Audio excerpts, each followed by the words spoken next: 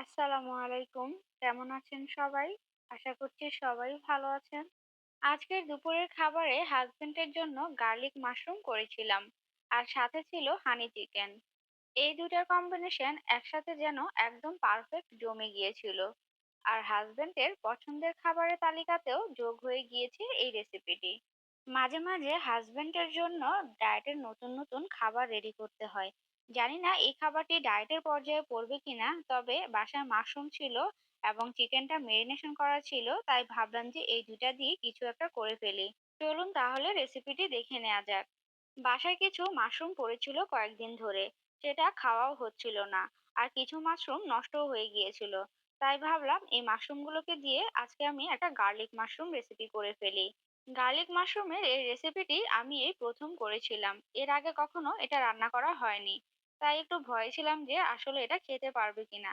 তবে এটা এতটা মজা হয়েছে যে আমার হাজবেন্ডের পছন্দের তালিকায় এটা যুক্ত হয়ে গেল। আমি প্রথমে এই মাশরুমগুলোকে একটু ভালো করে ধুয়ে নিয়েছি। তারপর এগুলোকে মাঝখান দিয়ে কেটে ৪ টুকরো করে নিচ্ছি।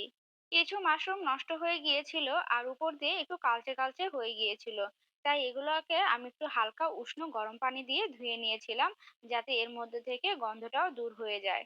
সবগুলো মাশরুম কেটে নেওয়া হয়েছে। এখন এগুলোকে আমি রান্না করে ফেলবো।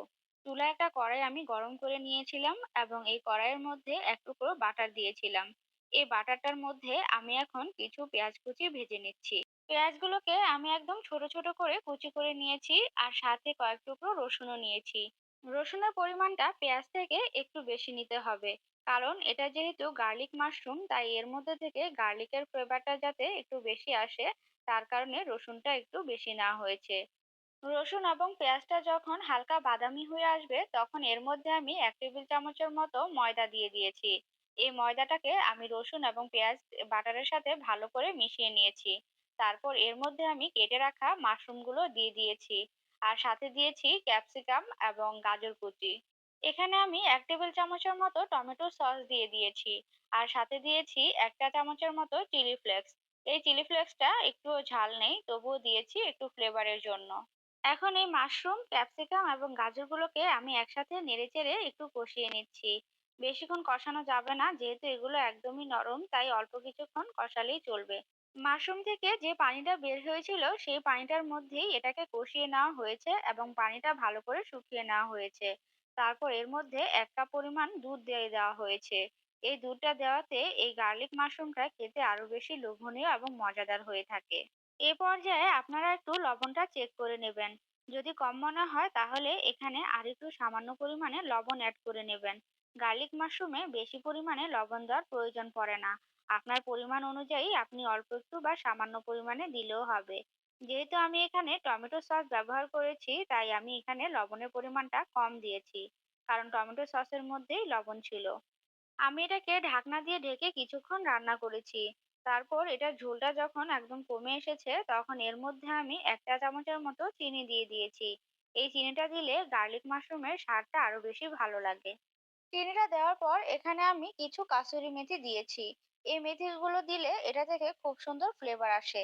আপনারা চাইলে অরিগানো ব্যবহার করতে পারেন এখানে। আমার কাছে কাসুরি মেথি ছিল, তাই আমি এটা ব্যবহার করেছি। গার্লিক মাশরুম রেডি হয়ে গিয়েছে। খুবই কম উপকরণে এবং কম সময়ে এই রান্নাটা কমপ্লিট হয়ে যায়।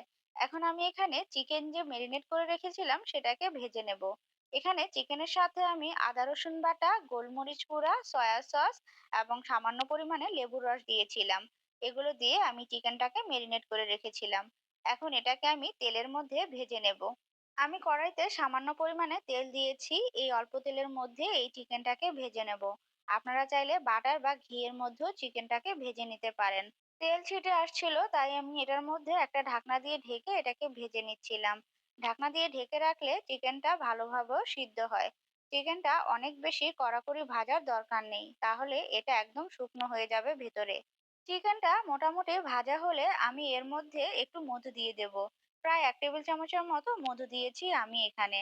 চিকেনের মধ্যে এই মধুটা ব্যবহার করাতে চিকেনের স্বাদটা যেন বহুগুণে বেড়ে যায়। চিকেনটা ২ পিঠ ভালো করে ভাজা হয়ে গিয়েছে। এখন এটাকে আমি পরিবেশন করে নিয়েছি এবং হাসব্যান্ডকে খেতেও দিয়ে দিয়েছি। সে তো খুব মজা করেই খাচ্ছে এই গার্লিক মাশরুম এবং চিকেনটা। যদিও চিকেনটা তার খুবই পছন্দের, কিন্তু এই গার্লিক মাশরুমটা তার কাছে একদমই নতুন ছিল। আর রেসিপিটা তার খুবই পছন্দ হয়েছিল। আপনারাও বাসায় অবশ্যই ট্রাই করে দেখবেন, আপনাদের কাছেও ভালো লাগবে। ভিডিওটি ভালো লেগে থাকলে একটি লাইক দিবেন। ভালো থাকবেন সবাই। আল্লাহ হাফেজ।